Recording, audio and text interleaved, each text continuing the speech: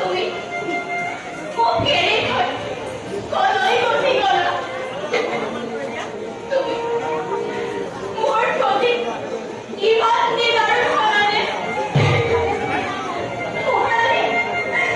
আপুনি অলপমান ধৈৰ্য ধৰক আপুনি যদি এই ৰাত কৰি এৰি যায় তেন্তে আমি পাৰিব থাকিম আৰু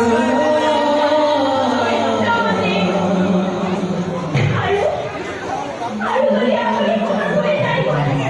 তেন্তে মোক লগত লৈ যাওক